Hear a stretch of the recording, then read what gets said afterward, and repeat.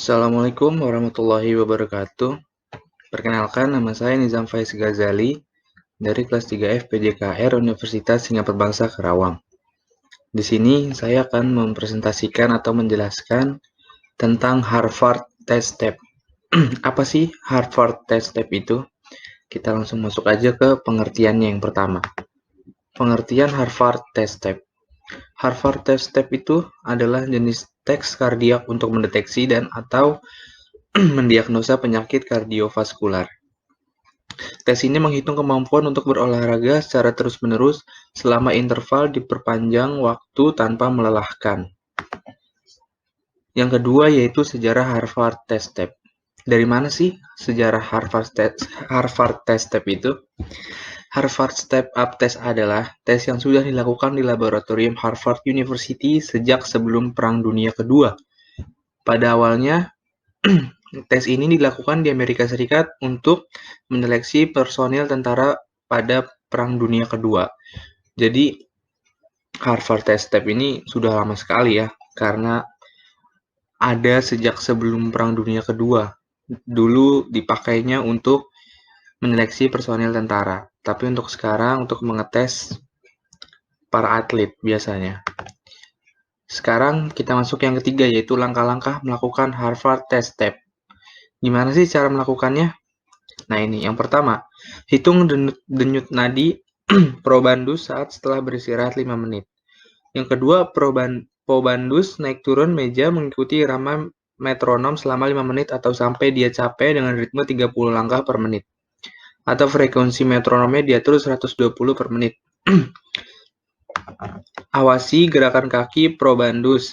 Jangan sampai terlalu cepat atau terlalu lambat dan diusahakan telapak kaki probandus seluruhnya menapak di meja. Jika probandus iramanya sudah tidak sesuai lagi, berarti dia sudah capek. Kalau tesnya sudah selesai, probandus istirahat 1 menit, setelah 1 menit hitung denyut nadi probandus selama 30 detik. Setelah 3 menit hitung lagi denyut nadinya dan dibandingkan sama waktu 1 menit pertama tadi untuk mengetahui kerja jantungnya. Penurunan denyut nadi itu pulihnya cepat atau lambat. Kalau perempuan biasanya lebih cepat pulih karena ada hormon estrogen. Nah, sekarang kita lanjut ke penilaian. Setelah dicatat jumlah denyut nadinya, saatnya kita mengukur tingkat kebugarannya atau fitness level dengan rumus skor sama dengan 100 dikali durasi atau 5 kali 5 kali pulse. Nilai tesnya, hasil nilai, kriterianya 90 sampai 90 ke atas itu kriterianya bagus sekali, baik sekali, sedangkan 80 ke 89 baik, sedangkan 65 ke 79 itu sedang tinggi, sedangkan 58 sampai 64 itu sedang rendah. Selanjutnya, hal-hal yang mempengaruhi hasil tes.